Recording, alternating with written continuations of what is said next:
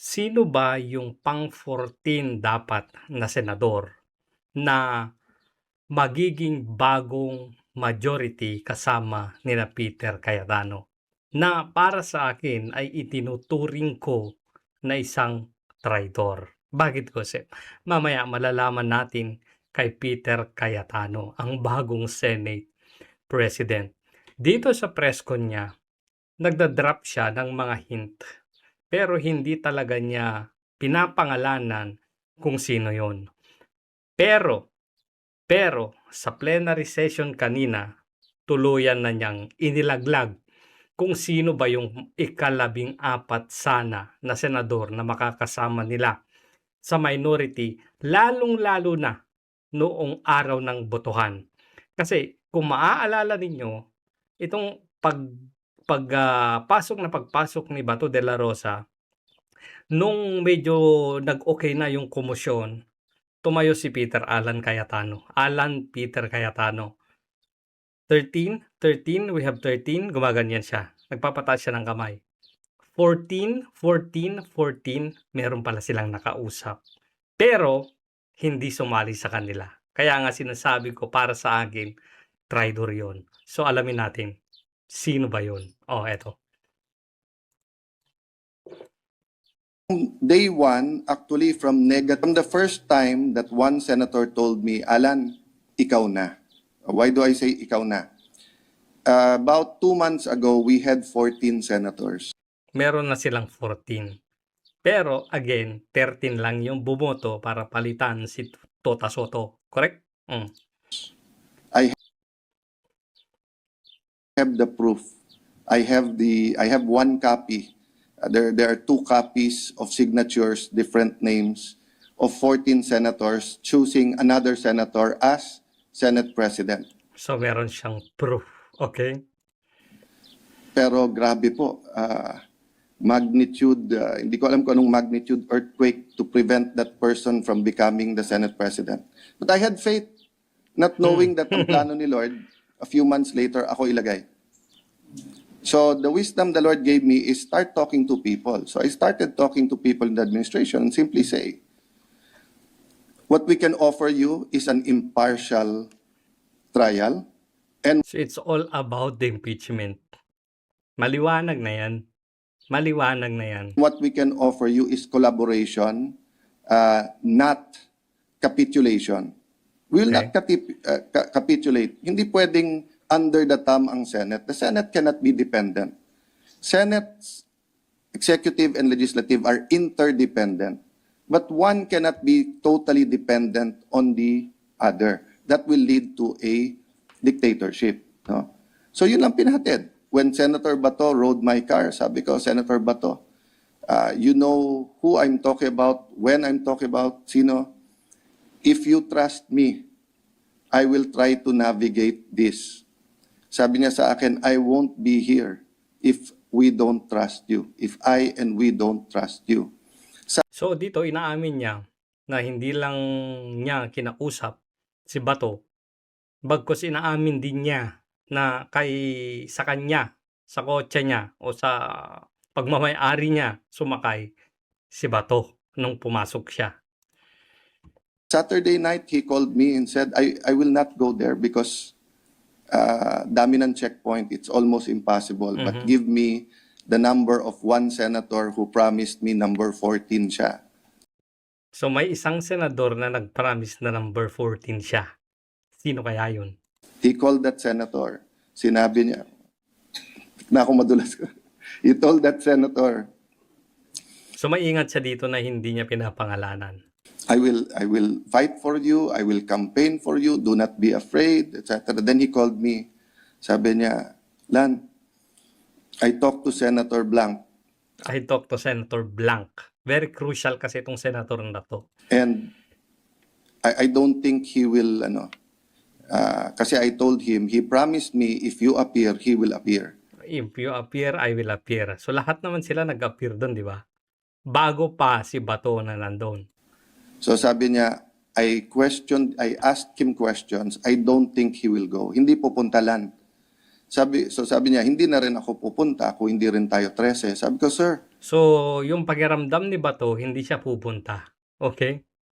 Pang-14 siya, pang-13 ka. Mhm. Exactly ha, ito sinabi ni Senator Bato, pag-pray ko. At that So, kasi kung wala si Bato doon, tapos yung isa ay tuluyang talagang hindi na tuluyang bumaliktad at bumaliktad nga, hindi mapapalitan si Tuta Soto, di ba? moment, I felt the sincerity na ang isang anak ng Diyos ay magtatanong sa Diyos, what should I do? No? And at that moment, yung prayer ko, Lord, if there are principalities or authorities preventing this, ilagay mo. Okay, backtrack. While I was talking to these people from the administration, I went to the former Senate President, Senator Chis Escudero, and sabi ko, pare, pwede bang hindi ako? Ano ibig sabihin? Pwede bang si ate na lang? Kasi mas amiable siya, wala siyang kaaway, baka may sumama pa sa kabilang grupo, maybe 2 or 3 of them would join us. You're closer to the other group than me. You're closer to the administration than me. Baka you can make calls. Kasi, sige, I'll make calls ganyan, pero kaya mo yan, pre. So sabi ko, I'll pray, and if God tells me, So, anyway, makikita natin dito na nangako pa yung senador na yun na kung pupunta siya, pupunta din. So, parang yung support nandun. Pero in the end, hindi nila nakuha yung support ng senador na yon na pang 14 sana dapat. Sino yun, Gossip? O, punta tayo sa plenary para hindi na tayo tumagal. Mr. President, may I? Hindi to. Hindi. Of course. Kasi may etong si Mig Subiri, naaalala ko, may history to kay Amy. Patungkol doon sa RCEP. Kasi siya, si Subiri, ang may author ng RCEP. Please correct me if I'm wrong. Pero yun yung naalala ko. Nagkadebatehan pa nga yan, di ba? Na pilit at pumipilit talaga na ipasa na yung RCEP. Ito namang si Amy Marcos, ayaw niya kasi ang sabi niya, kung ipapasa natin tong RCEP na ipinipilit ni Subiri, mahihirapan yung mga magsasaka natin. Magkandaletse-letse yung mga magsasaka. O so anong nangyayari ngayon? Nagkandaletse-letse nga yung mga magsasaka. Di ba? O tuloy. Former Senate President Zubiri. Thank you very much, Mr. President. I would like to be associated with the minority bloc, Mr. President, if I may. Gagi. So, noong Lunes, independent ka. After few days, charot lang pala. Gusto mo palang mapunta sa minority. Kasi kung gusto mong i-maintain lang yung independency mo, pwede naman. Pero pwede kang mag-side sa majority. Pero mas pinili mo, and toto, naging minority ka. Hayop na yan. Binatikos nga ako nila, sabi nila na ako ko'y nag-fence sitting Talaga naman. at nag-abstain.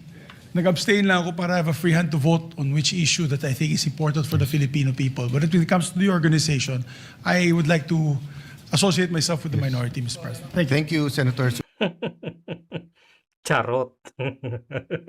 Zubiri. Nagamindanao pa yan, ha? So, Meron bang pwedeng gamitin kay Mig Subiri para takutin at pumunta sa minority? Di ba naging Senate President din siya? Kung 2025 yung most corrupt budget, kailan yun nagawa at napasa? 2024. Sa pagkakaalala ko, si Subiri, Senate President pa siya nun. So bakit parang kung ang dinidigdig ay si Chis Escudero, hindi ba lalong mas dapat diktikin si Mig Subiri? Kasi sila yung gumawa, nagpasa, nag-amend, nag-insert sa 2025 budget. Sino yung appropriation chair nun? Angara?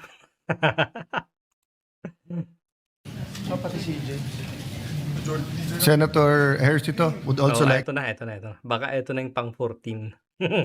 to manifest. Yes, first of all, Mr. President, I'd like to thank Mr. President, for the trust and honor, no, that I was offered to Pakinggan nyo, na-offeran pala siya.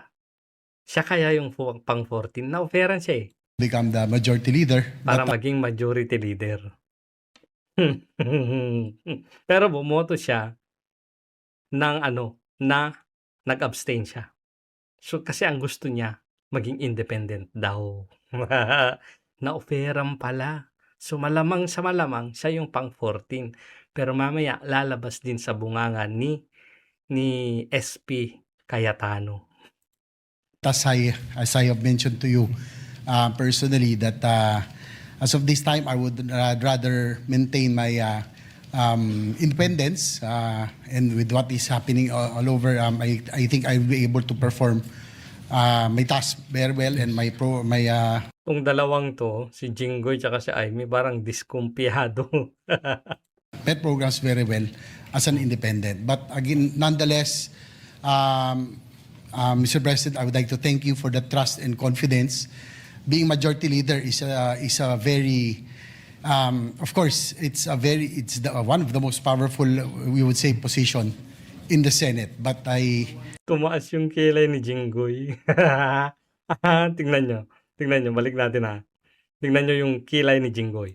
majority leader is a very, of course, one of the most powerful, we would say, position in the Senate. But Tumaas yung kilay. I guess I have Nagtinginan. Napangiti si Aimee. at this point I would like to maintain my independence. Mr. And President. I also understand, I also Ito na. recognize that you will say that you will be our number 14, but That you will say will be our number 14. Ba't mo pa babanggitin yun, di ba? So sa tingin ninyo, si JV ba yun? Para sa akin, katrayduran yun kasi nakiusap ka na, you will have my full support, and etc. Tapos dumating yung botohan, nag-abstain siya, tapos ngayon, independent daw siya, pero until the time that we vote, any member, we have to respect their decision and always ascribe good faith. So we will continue to be good friends despite the political divisions or may patutsada pa dun. Magiging friends pa rin tayo. Despite yung ginawa mo, ganun ba yan? the nomenclature of who is in the majority or the minority. So for the purposes of today to the future, and unless a change is made, will you be an Tigtan mo kung saan siya papanig. independent or will you be with the minority? Yes, for now, Mr. President, I'll be with the minority. Okay. Independent pero sa minority. Pinangakuhan ka na maging majority leader pero tinanggihan mo. Bakit? Isip-isip.